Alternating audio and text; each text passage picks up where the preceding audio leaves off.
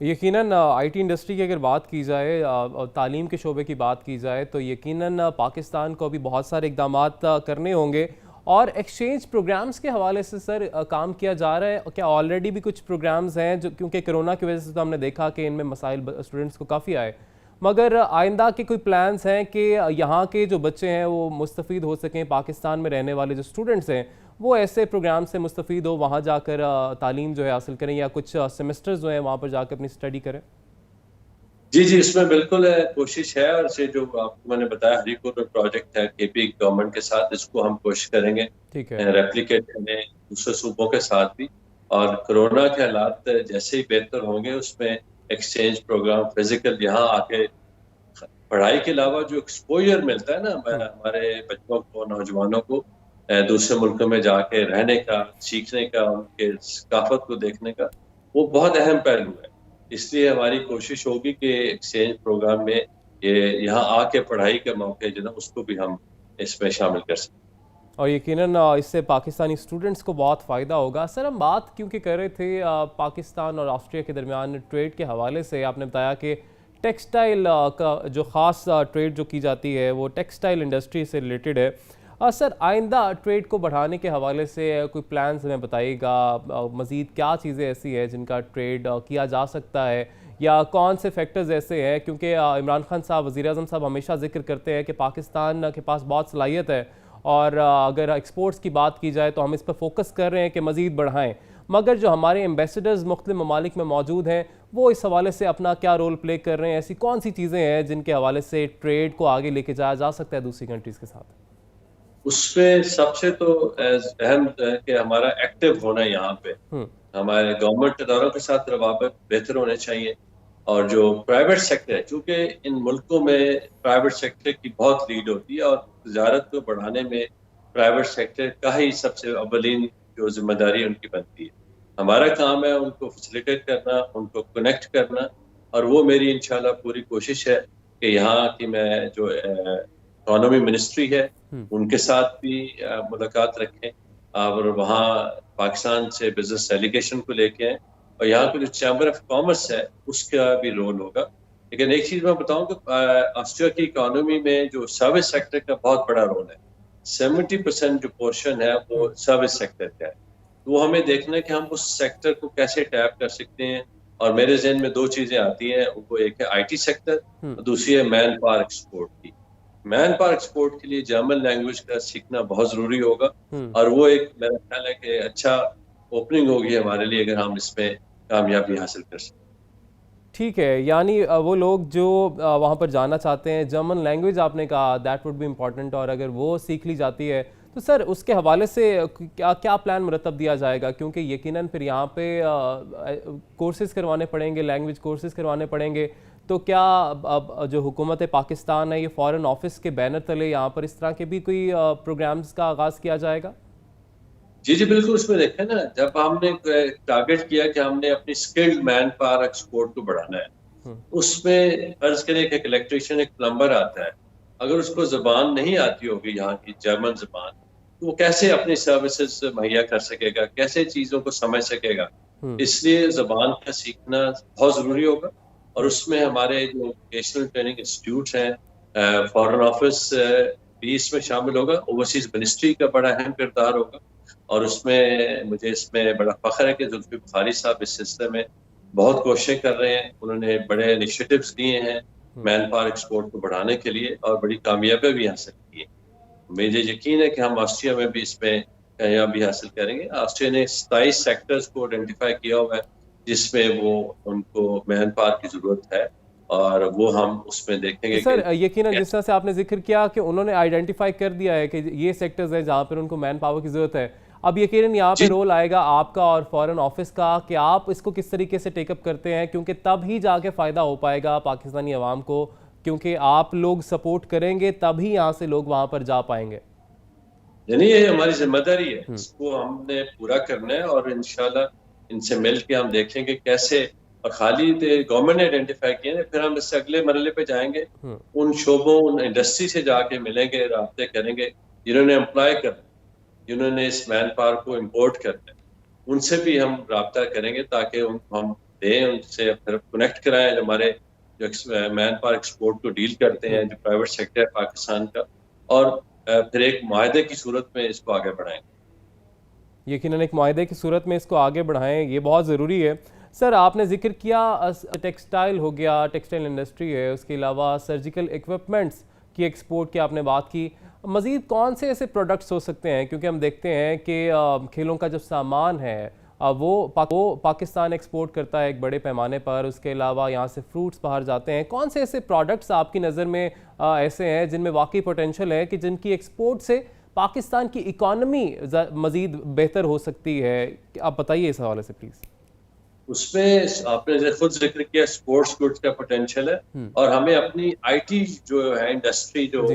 اس کو بھی آگے پروموٹ کرنا ہے, کہ اس میں بہت پوٹینشیل ہے. ہمارے جو نوجوان ہیں ان کو جو ڈگریاں بھی لیتے ہیں, ان بہت قابل ہیں, ذہین ہیں, اور جس طرح میں نے بتایا کہ جو ان کا سروس سیکٹر بڑا اہم ہے, تو اس میں آئی ٹی کا بہت رول آئے گا, تو انشاءاللہ اس سیکٹر کو بھی ہم ٹیپ کریں. اچھا, آئی ٹی کا آپ نے ذکر کیا ہے, آئی ٹی کے حوالے سے آپ تو کیونکہ یقیناً اس وقت آسٹریا میں ہے, مگر پاکستان میں جو ہمارے ہائر ایجوکیشن کمیشن ہے یا جو ہمارے منسٹرز ہیں فار ہائر ایجوکیشن, ان کا کیا لگتا ہے کس قدر اپنا کردار ادا کر رہے ہیں پاکستان میں آئی ٹی انڈسٹری کو فروغ دینے کے لیے؟ بیکاز ورلڈ وائڈ دیکھا جائے تو that is the future. I T میں آپ گرو کریں گے تبھی آپ کا ملک گرو کر پائے گا, جس طرح سے آپ نے بھی ذکر کیا. تو سب سے پہلے تو ہمیں ایک بیس بنانی ہے پاکستان میں, آئی ٹی کو اتنا گرو کریں کہ پھر ہی ہم ایکسپورٹ کر پائیں گے. تو پاکستان میں آپ کو لگتا ہے اس حوالے سے کام ہو رہا ہے آلریڈی؟ جی اس پہ بہت ایکچولی اس کا تو انویزیبل ہے نا, چیز آپ کو نظر نہیں آتی. بالکل, لوگ پاکستان میں بیٹھ کے پروجیکٹس لے کے اس پہ کام کر رہے ہیں, تو آئی ٹی کی جو ایکسپورٹ ہے اس میں فزیکل موومنٹ کا اتنا انوالومنٹ نہیں ہوتی, لیکن وہاں بیٹھ کے لوگ لاہور میں, کراچی میں سافٹ ویئر ہاؤسز ہیں, اسلام آباد میں ہیں, اور جو پاکستان کا سافٹ ویئر ایکسپورٹ بورڈ ہے وہ بڑا اس میں لیڈ کردار ادا کر رہے ہیں, اور آئی ٹی منسٹری ظاہر ہے اس کے انڈر یہ کام کر رہے ہیں. تو ان کا اچھی ڈائریکشن ہے, پالیسی بھی گورنمنٹ نے بنائی ہے, اور اس میں مجھے امید ہے کہ ہم کامیابی حاصل کریں. انشاءاللہ جی, ہمیں بھی امیدیں ہیں بہت ساری, اور یقیناً عوام کو بھی بہت سی امیدیں ہیں. آسٹریا میں سر ٹورزم جو ہے جی ڈی پی کے 9% ہے, 9%, اور وزیر اعظم عمران خان صاحب بھی پاکستان میں ٹورزم کو پروموٹ کرنے کے حوالے سے بات کرتے آئے ہیں, اور پاکستان کی خوش قسمتی ہے کہ ٹورزم کے حوالے سے بہت اچھی رپورٹس بھی ہم نے دیکھا کہ شائع ہوئیں کہ پاکستان میں ٹورزم بہترین ہے, یہاں پر آنا چاہیے, یہاں کی خوبصورتی کو دیکھنا چاہیے. تو کیا اقدامات اس حوالے سے کیے جا رہے ہیں آسٹریا کے ساتھ مل کے کہ وہاں کے لوگوں کو بتایا جائے, وہاں کے عوام کو بتایا جائے, وہاں پہ میڈیا کے ذریعے کہ آپ پاکستان آئیں, پاکستان ایک خوبصورت ملک ہے, یہاں پر آئیں, انجوائے کریں؟ اس میں ایک تو ہماری جو آؤٹ ریچ ہے جنرل ہماری اس میں ہے, لیکن میرا جو منصوبہ اس میں یہ ہے کہ ہم یہاں جتنے جو لیڈنگ ٹریول ایجنٹس ہیں جو پلان کرتے ہیں, آپریٹرز ہیں, جی ان کو رابطہ کر کے ان کو پاکستان لے کے جائیں, تاکہ خود دیکھ کے آئیں, اور پھر وہ پاکستان میں جو لوگ اس سیکٹر میں کام کر رہے ہیں وہ مختلف پیکیجز بنائیں, اور جو ٹور آپریٹرز ہیں آسٹریا کے, ان کے ساتھ اپنے ایگریمنٹ کریں کہ یہ ٹور پیکیجز ہیں, چونکہ وہ جب پاکستان سے خود ہو کے آئے ہوں گے وہ اس میں کنونس ہوں گے کہ پاکستان کے اندر جو چیزیں ہم کہہ رہے ہیں اس میں واقعی حقیقت بھی ہے, پوٹینشیل بھی ہے, خوبصورتی بھی ہے, اور پاکستان کی جو ہماری ایک مہمان نوازی کی روایت ہے وہ بھی ہے. اس میں کام کریں گے انشاءاللہ, ان کو یہاں ملاقات کریں گے, پھر جو پاکستان کے جو ٹورزم منسٹری ہیں فیڈرل لیول پہ, پروونشل لیولز پہ, ان سے ہم رابطہ کر کے ان کو پاکستان کی دعوت دیں گے. میرا یہ خیال بھی یقین بھی ہے کہ جب خود وہاں سے ہو کے آئیں گے پھر وہ ہمارے پروموٹرز ہوں گے, ہمارے وہ برانڈ ایمبیسڈرز ہوں گے پاکستان کی ٹورزم کو پروموٹ کرنے میں. یقیناً برانڈ ایمبیسڈرز بھی ہوں گے پاکستان کے ٹورزم کو پروموٹ کرنے میں, کیونکہ یقیناً جو بھی یہاں پہ آتا ہے خوش ہو کے جاتا ہے. سر آپ سے یہ بھی جاننا چاہیں گے, کیونکہ ہم ذکر کر رہے تھے ٹیکسٹائل انڈسٹری کے حوالے سے, تو پاکستان کی فیشن انڈسٹری جو ہے وہ بھی یقیناً گرو کر رہی ہے, اور کافی ڈیمانڈ اب دنیا بھر میں اس کی دیکھی جا رہی ہے. آپ اس کو کیسے دیکھتے ہیں؟ اس میں یقیناً اس میں یقین بھی ہے, اور میں نے اپنے ماضی جہاں میں نے خدمات انجام دیے ہیں, پاکستان کی نمائندگی کی ہے, اس میں فیشن انڈسٹری کو, جو فیشن انڈسٹری کہنا ہے بڑا محدود سا لفظ ہے، اصل میں وہ پروموٹ کرتا ہے ہماری ٹیکسٹائل انڈسٹری کو، بالکل ہماری جو ہنر مندی ہے، ہماری جو آرٹیزنس ہیں ان کے کام کو پروموٹ. اس میں 3-4 چیزیں اکٹھی ہو جاتی ہیں. وہ ایک تو سافٹ امیج بنتا ہے، دوسرا پھر ٹیکسٹائل انڈسٹری پروموٹ ہوتی ہے. تو وہ ارادہ ہے کہ جی ہم جیسے اس میں یقیناً ایک چیز شامل ہوتی ہے، مالی تعاون حکومت بھی کرتی ہے، لیکن ہمیں پرائیویٹ سیکٹر سے بھی اس چیز کو ہم نے ساتھ لے کے چلنا ہے. وہ اس میں کنٹریبیوٹ کریں اور ہمارے ساتھ مل کے کام کریں، پارٹنر بنیں، اور فیشن انڈسٹری کو ہم فیشن شو کریں یہاں پہ، تاکہ اس میں یہ ساری جو چیزیں ہم کہہ رہے ہیں، امیج بلڈنگ، ٹیکسٹائل کی ایکسپورٹ، ہمارے لوگوں کا جو روزگار ہے اس کو بھی ہم اس میں کامیابی حاصل کریں. یعنی وہ ڈیزائنرز یا وہ لوگ جو کہ اپنا فیبرک کے حوالے سے یا اپنے کلودنگ کے حوالے سے کوئی شوز وہاں پر کرنا چاہتے ہیں، لوگوں کو وہاں پر بتانا چاہتے ہیں، دکھانا چاہتے ہیں کہ پاکستان کے پاس کیا صلاحیت ہے، یا پاکستان کے جو ٹیکسٹائل سیکٹر ہے اس کی کیا کیپیسٹی ہے، اس حوالے سے آپ کہہ رہے ہیں رابطہ کیا جا سکتا ہے. اگر کسی نے وہاں پر اس طرح سے کوئی شو ارینج کرنا ہے تو آپ اس کی مدد کریں گے؟ بالکل، وہ رابطہ میں خود ان سے رابطہ کروں گا، ٹھیک ہے. کیونکہ ماضی میں لبنان میں سفیر تھا، وہاں میں نے 3 فیشن شو کیے تھے، تو اس میں بہت اچھا لبنان میں پاکستان کے ایک امیج ابھرا تھا، اور اس کو یقیناً ہم رابطہ کریں گے. اور جو لوگ آپ کے توسط سے یقیناً آپ ان کو انکریج کریں کہ ہمارے دروازے کھلے ہیں، اور یہ ہماری ذمہ داری ہے ان کے ساتھ مل کے کام کرنا، ان کے کام کو آگے بڑھانا، جو الٹیمیٹلی پاکستان کو فائدہ ہو. یقیناً الٹیمیٹلی پاکستان کو فائدہ ہوگا. پرفیکٹ سر، ایک بریک لیں گے چھوٹی سی، بریک کے بعد واپس آئیں گے. بہت سے سوالات ایسے ہیں جو کہ بھی آپ سے کرنے ہیں، کہیں مت جائیے گا.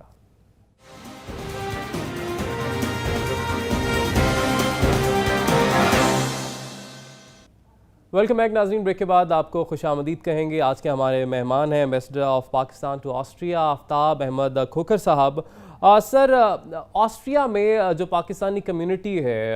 یقیناً آپ ان کو ریپرزینٹ کر رہے ہیں، تو کون کون سے ایسے مسائل ہیں اہم ان کے، اس پر ذرا پلیز نظر ڈالیے گا. اس میں کمیونٹی کے یہاں 2 حصے ہیں. ایک وہ ہے جو آسٹرین نیشنل بن چکے ہیں. ٹھیک ہے. یہاں پہ ڈول نیشنلٹی کی اجازت نہیں ہے، لیکن ان لوگوں کی فیملی لنکس، ان کے پاکستان کے ساتھ روابط اسی طرح مستحکم اور مضبوط ہے، اور ان کی محبت اسی طرح قائم ہے.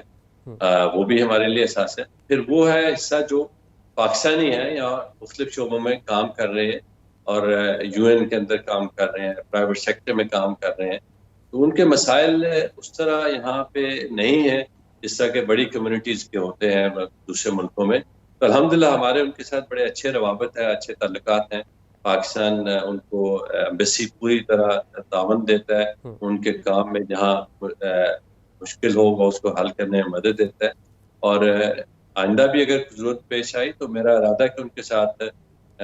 مل کے ان کو پوچھ کے کہ ان کے کیا مسائل ہیں، اگر یہاں جو ہم حل کر سکتے ہیں وہ ضرور کریں گے. آسٹریلین گورنمنٹ کے ساتھ کوئی مسئلہ ٹیک اپ کرنا ہے وہ کریں گے. اور پاکستان میں کسی چیز کی انٹرونشن کی ضرورت ہے، کوئی پالیسی بدلنی ہے، کوئی قوانین کے حوالے سے، وہ بھی انشاءاللہ تعالیٰ اس میں پورا اپنا تعاون کرے گا. یعنی ایمبیسی کا ہر طریقے کا تعاون جو ہے وہاں پر کمیونٹی کے ساتھ رہتا ہے. بہت زبردست بات ہے. ایمبیسڈر بننے کے بعد سر کون کون سے ایسے میجر چیلنجز آپ کو لگے کہ ان پر زیادہ فوکس کرنے کی ضرورت ہے؟ سب سے بڑا چیلنج وہی ہے میرے لیے کہ ہم اس باہمی تجارت ہے اس کو بڑھانا ہے، اور جو ایک پاکستان کے بارے میں یہاں بڑی عزت پائی جاتی ہے اس کو مزید آگے لے کے جانا ہے. اور دونوں ملکوں کے جو لیڈران ہیں، حکومت کے اکابرین ہیں، ان کی وزٹس کرانی، یہاں سے پاکستان جانا اور پاکستان سے یہاں آنے. یہ 3-4 میں نے اپنے ٹارگٹ مقرر کیے ہیں. امید ہے کہ اس میں کامیابی حاصل ہوگی، کیونکہ روابط ہوں گے تو چیزیں آگے بڑھیں گی، تعلقات مضبوط ہوں گے. لیکن یہاں پہ بہت پوٹینشیل ہے، اور آسٹریا کے لوگ جو ہیں بڑے خلوص والے لوگ ہیں، اور وہ دوستی کو قائم بھی رکھتے ہیں اور اس کو آگے لے کے بھی چلتے ہیں. چلیں سر، امید ہے کہ آپ کی سربراہی میں ہم جو ہے ٹریڈ جو مزید مضبوط بنا سکیں، مزید بہتر بنا سکیں آسٹریا کے ساتھ. کیونکہ سر آپ صرف یہ ذمہ داری نہیں نبھا رہے، جس طرح سے ہم نے پروگرام کے آغاز میں بتایا تھا کہ اقوام متحدہ میں مستقل مندوب بھی ہیں، پاکستان کو ریپرزینٹ کر رہے ہیں. تو سر یو این ممالک کے ساتھ تعلقات کو بہتر بنانے کے لیے اس وقت کیا کردار ادا کیا جا رہا ہے، اس حوالے سے بھی بتائے گا؟ یہاں دیکھیں جو یو این کی آرگنائزیشنز موجود ہیں اس پہ ایک نظر ڈالیں تو سب سے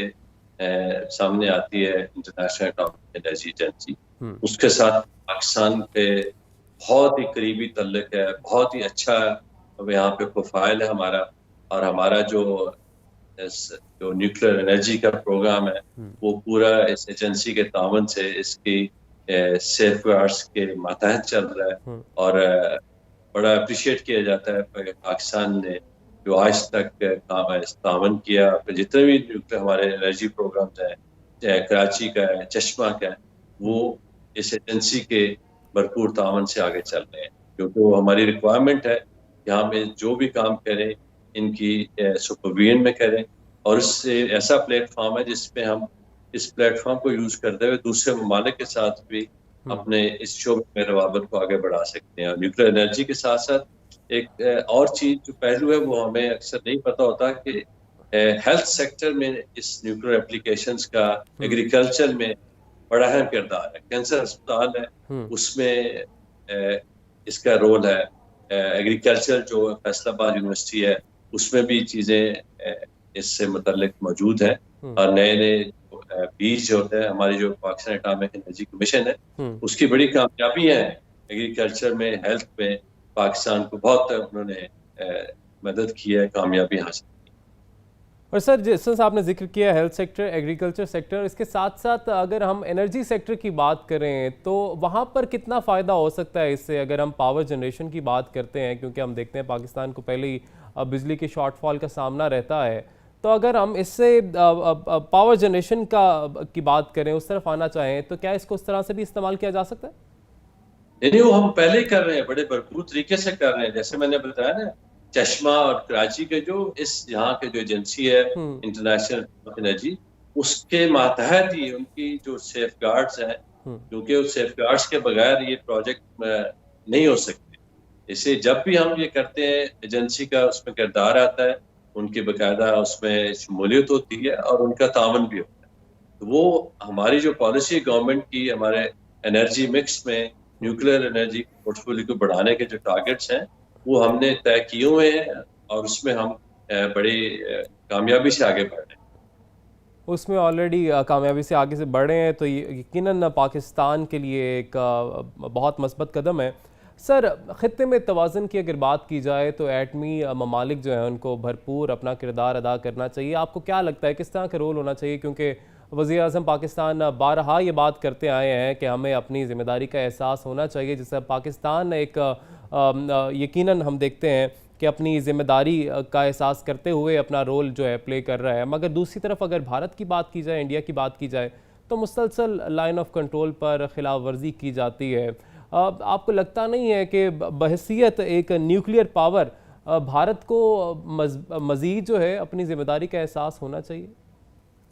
بالکل جی، اس میں کوئی شک نہیں ہے، اس میں تو کوئی دو رائے نہیں ہے. اور اسی لیے ہماری کوشش ہمیشہ ہوتی ہے کہ ہر پلیٹ فارم میں اس چیز کو اجاگر کیا جائے. اور اس میں وزیر اعظم عمران خان صاحب، وزیر خارجہ شاہ محمود قریشی صاحب نے جس طرح اس کشمیر کے مسئلے کو اجاگر کیا ہے اور انڈیا کے جو رویہ ہے اس کو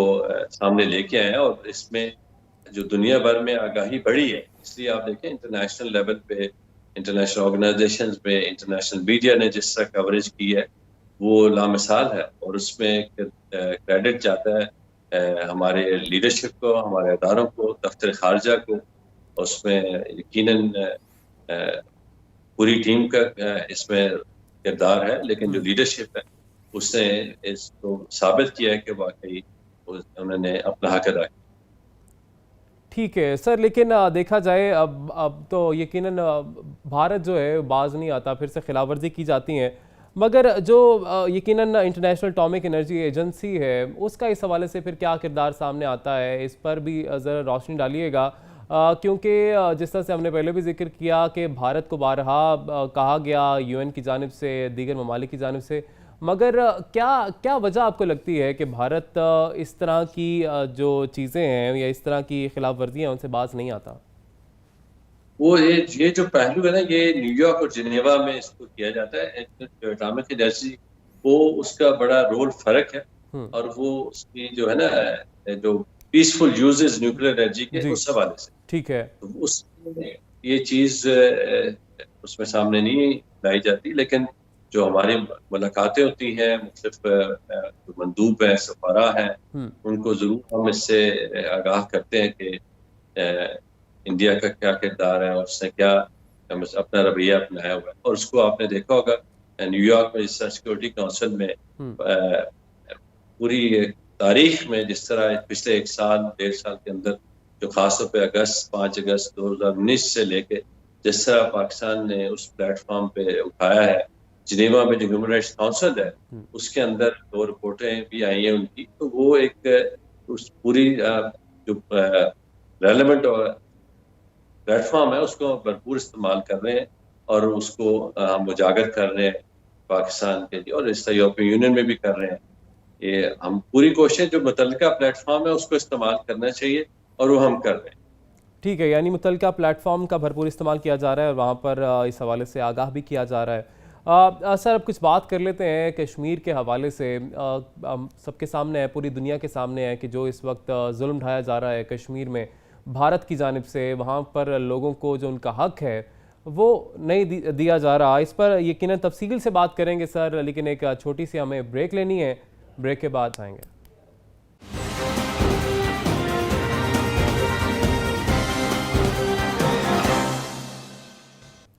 ویلکم بیک ناظرین، بریک کے بعد آپ کو پھر سے خوش آمدید کہیں گے. آفتاب احمد کھوکھر صاحب ہمارے ساتھ ہی موجود ہیں، ambassador of Pakistan to Austria, ساتھ ہی ساتھ اقوام متحدہ میں پاکستان کے مستقل مندوب بھی ہیں. بات ہم کر رہے تھے بریک سے پہلے کشمیر کے حوالے سے کہ کشمیر میں جو بھارتی جارحیت جاری ہے یا بھارت کی جانب سے جو ظلم و ستم کی داستان وہاں پر ایک قائم کی جا رہی ہے. سال سے زائد کا عرصہ ہو چکا ہے، وہاں پر کرفیو نافذ ہے، لوگوں کے پاس کھانے پینے کی اشیاء نہیں پہنچ پا رہی ہیں، ادویات نہیں پہنچ پا رہی ہیں. مگر اس میں دنیا کا کیا رول ہے یا دنیا کیا رول پلے کر رہی ہے؟ کیونکہ سر آپ مستقل مندوب ہیں اقوام متحدہ میں، تو اس حوالے سے بتائیے گا کہ دنیا کی نظر اس طرف لانے میں، اقوام متحدہ کی نظر اس طرف لانے میں آپ کی جانب سے کیا کردار ادا کیا گیا ابھی تک؟ اس میں جیسے میں نے پہلے آپ سے کہا کہ جو متعلقہ فورم ہے اس کو دیکھنا چاہیے. جی، یہاں پہ جو ادارے ہیں اس میں اٹامک انرجی شامل آتا ہے، انڈسٹریل یونیٹو ہے، اور یو این جو آرگنائزیشن ہے ڈرگ کے حوالے سے وہ یہاں ان کے دفاتر ہیں. اس میں جس طرح ممکن ہو سکتا ہے ہم اس سے کوشش کرتے ہیں ریلیٹ کر کے. لیکن جو آسٹریا کے حوالے سے اگر دیکھا جائے تو یہاں ہمارے سفارت خانے نے یا جو ہماری کمیونٹی ہے اس سے بڑا بھرپور کردار ادا کیا ہے اس کو اجاگر کرنے. ہمارے جو یہاں ایمبیسی نے کمیونٹی کے تعاون سے یہاں مختلف پروگرام بھی منعقد کیے ہیں، کشمیر کے حوالے سے سیمینار بھی کیے ہیں، اور ابھی یہ 27 اکتوبر جو بلیک ڈے آ رہا ہے اس کو بھی ہم بھرپور طریقے سے اس کو ترتیب دیں گے تاکہ اس کی جو جیسے آپ نے کہا کہ 1 سال سے اوپر ہو گیا ہے وہاں پہ جس جو حالات ہیں کشمیریوں کے ساتھ ظلم کی داستان جو انڈیا کی فورسز ہیں انہوں نے رقم کی ہے اس کو اجاگر بھی کریں گے، اور ایک مسلسل کوشش ہے. اور اس میں ہمیں واضح فرق نظر آ رہا ہے کہ اب جو بین الاقوامی برادری ہے اس کا احساس ہوا ہے کہ انڈیا کا جو پہلو ہے، جو چہرہ اس سے نقاب اٹھ گیا ہے، اور وہ ایک فاشسٹ رجیم کے تحت آگے بڑھ رہے ہیں. اور وہ یقیناً اس میں بین الاقوامی برادری کو ایک کنسرن بھی ہے، پریشانی بھی ہے، اور وہ اس پریشانی کا اظہار مختلف صورتوں میں کر بھی رہے ہیں. جو میڈیا ہے، جس طرح اس نے انٹرنیشنل میڈیا ہے، جس میں پاکستانی میڈیا کی بات نہیں، پاکستانی میڈیا نے تو اپنا پورا کردار ادا کیا ہے. انٹرنیشنل میڈیا نے جو اس چیز کو ہائی لائٹ کیا ہے وہ قابل تحسین. سر آپ سے یہ بھی جاننا چاہیں گے، ہم دیکھتے آئے ہیں کہ ہر سال اور یقیناً ہر مہینے بھی اگر کہا جائے تو غلط نہ ہوگا کہ کشمیر کے حوالے سے آواز اٹھائی جاتی ہے. کشمیری کمیونٹی ہو، پاکستانی کمیونٹی ہو، یا وہ لوگ جو درد دل رکھتے ہیں، انسانیت کی بات کرتے ہیں، ان کی جانب سے کشمیریوں کے لیے آواز تو اٹھائی جاتی ہے اور پوری دنیا میں اٹھائی جاتی ہے. نہ صرف یہ کہ پاکستان یا صرف برطانیہ میں اٹھائی جاتی ہے آواز، مگر پوری دنیا میں جس طرح سے ہم نے ذکر کیا کہ کشمیریوں کے لیے بات کی جاتی ہے، مگر اس کے باوجود کوئی فرق نظر نہیں آتا پالیسیز کو لے کر، ٹریڈ کو لے کر انڈیا کے ساتھ مختلف ممالک کا۔ ایسے کیا اقدامات کرنے کی ضرورت ہے کہ واقعی کوئی ہمیں فرق پڑتا ہوا نظر بھی آئے کہ کوئی ملک یہ کہے کہ جب تک آپ وہاں پر ظلم و ستم بند نہیں کر دیں گے تب تک ہم آپ کے ساتھ اپنی ٹریڈ جو ہے وہ بحال نہیں کریں گے، اس کو منقطع کیا جائے؟ کوئی ایسا عملی اقدام نظر نہیں آتا۔ ہاں، بیانات بہت سارے سامنے آتے ہیں مختلف شخصیات کی جانب سے، مگر عملی طور پر کوئی اقدام نظر آتا نہیں ہے۔ یہ آپ درست کہہ رہے ہیں، لیکن آپ کہنے میں ہوگا ہمارے وزیر اعظم بھی، وزیر خارجہ بھی کہہ چکے ہیں کہ معاشی ترجیحات کی وجہ سے اس کو آپ وہ اس طرح نہیں فرق محسوس کر رہے، لیکن یہ چیزیں وقت لیں گی اور آہستہ آہستہ آپ دیکھیں جس طرح پچھلے سال یہ چیزوں کو اجاگر کیا گیا اور لوگوں کی سوچ میں تبدیلی آئی۔ دیکھیں نا، اب وہ یقیناً انڈیا کا ذکر سنتے ہیں تو ان کے ذہن میں سوالات اٹھتے ہیں، اور وہ اسی وجہ سے ہے کہ اس چیز کو جو اجاگر کیا گیا ہے، جو کشمیر میں ظلم و ستم ڈھایا گیا ہے، اس کی وجہ سے آگاہی ہوئی ہے اور کشمیر کا مسئلہ اجاگر ہوا ہے، اور یہ پیش رفت ہے۔ اس کو ہمیں مثبت طریقے سے دیکھنا چاہیے، اور اگر ہم ہمت نہیں ہارنی چاہیے، اس چیز کو آگے لے کے چلنا ہے، اور انشاءاللہ ایک وقت آئے گا جب کشمیر کا مسئلہ حل ہوگا اور اس کی کشمیری امنگوں کے مطابق اور اقوام متحدہ کی جو قرارداد ہیں ان کے مطابق انشاءاللہ جی۔ اور پورا پاکستان اور جو ہمارے کشمیری بھائی بہن ہیں پوری دنیا میں، وہ یقیناً اس دن کا انتظار کر رہے ہیں، اس وقت کا انتظار کر رہے ہیں کہ کب کشمیریوں کو حق خود ارادیت جو ہے وہ دیا جائے گا اور وہ اپنی مرضی کے مطابق جو ہے وہ فیصلہ کر سکیں کہ ان کو کیا کرنا ہے۔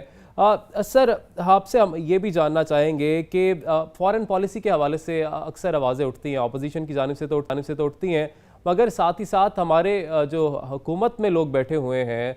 جس طرح سے شیری مزاری صاحبہ نے ذکر کیا تھا، بات کی تھی کہ عمران خان صاحب نے مختلف فورمز پہ بہت اچھے طریقے سے کشمیر کا جو مسئلہ ہے اسے اجاگر کیا، مگر شاید ہمارا فارن آفس اس کو اس طرح سے ٹیک اپ نہیں کر سکا، تنقید کی گئی تھی شدید۔ کیا آپ کو لگتا ہے کہ ایسی کچھ چیزیں ہیں یا ہماری جو پالیسی ہے اس وقت کشمیر کو لے کے فارن آفس کی، اس میں کچھ ترامیم کرنی چاہیے، اس کو کچھ تبدیل کرنا چاہیے؟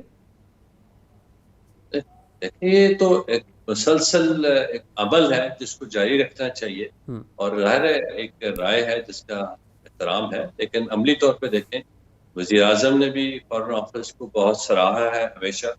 اور ابھی فارن منسٹر صاحب نے بھی اس کو جو لیڈرشپ دی ہے فارن آفس کو، وہ کسی سے چھپی نہیں۔ اور جیسے میں نے پہلے بتایا کہ ہمارا ابھی ہیومن رائٹس کونسل میں انتخاب ریکارڈ کامیابی سے ہوا ہے، یہ ایک علامت ہے، ایک ثبوت ہے فارن آفس کے متحرک ہونے کا، فارن آفس کے کامیابی کا، فارن پالیسی کی کامیابی کا، اور اس میں ظاہر ہے فارن منسٹر صاحب، جیسے میں نے کہا، فارن سیکرٹری سہیل محمود صاحب نے بہت کردار ادا کیا ہے، بھرپور کردار جو ہے اس حوالے سے ادا کیا جا رہا ہے۔ ٹھیک ہے سر، آپ سے ہم وینا کنونشن کے حوالے سے بھی تھوڑا سا جاننا چاہیں گے، ہمیں اس کی اہمیت کے حوالے سے بتائیں، ہمارے ویورز کو بتائیں، کیونکہ ہم دیکھتے ہیں کہ مختلف ممالک کے درمیان جب تنازعات ہوتے ہیں تو وہاں پر وینا کنونشن کے حوالے سے پابند کیا جاتا ہے ان کو، اس کی امپورٹنس کے حوالے سے ہمیں تھوڑا سا بتائیے گا۔ اس میں جی جو سفارتی تعلقات ہیں اس کی جو فنڈامنٹلز ہیں وینا کنونشن میں طے، اس لیے سارے ممالک اس کے اوپر عمل کرنے پر پابند ہیں اور عمل کیا بھی جا رہا ہے۔ اس لیے سفارتی تعلقات کا جب بھی ذکر آئے گا وینا کنونشن کے بغیر وہ نامکمل ہے، اور اس میں ہمیں کبھی کوئی مشکل پیش نہیں ہوئی ابھی تک۔ آسٹریا کے حوالے سے بڑے اچھے تعلقات ہیں، اور باقی بھی ملکوں کے ساتھ، اور جو وینا کنونشن ہے اس ہر ملک اس کا پابند ہے، پاکستان بھی اس کا پابند ہے۔ ٹھیک ہے سر، آپ نے ذکر کیا کہ اقوام متحدہ کے حوالے سے مختلف ادارے ہیں جو کام کر رہے ہیں، ہم چاہیں گے ہمارے ناظرین کو ایک دفعہ پھر سے بتا دیں کون کون سے یہ ادارے ہیں، کون کون سی آرگنائزیشنز ہیں جو کہ کام کر رہی ہیں، خاص طور پہ ڈرگس کے حوالے سے یا میڈیسن کے حوالے سے جو کام ہو رہا ہے اس پر پلیز بتائیے گا۔ ایک ڈرگس کنٹرول کے حوالے سے آرگنائزیشن کے جو ہیڈ کوارٹر یہاں پہ ہے، ٹھیک ہے، ڈرگ کنٹرول اور آرگنائزڈ کرائم، اوکے، یہ اس کی ابھی جو آرگنائزڈ کرائم کی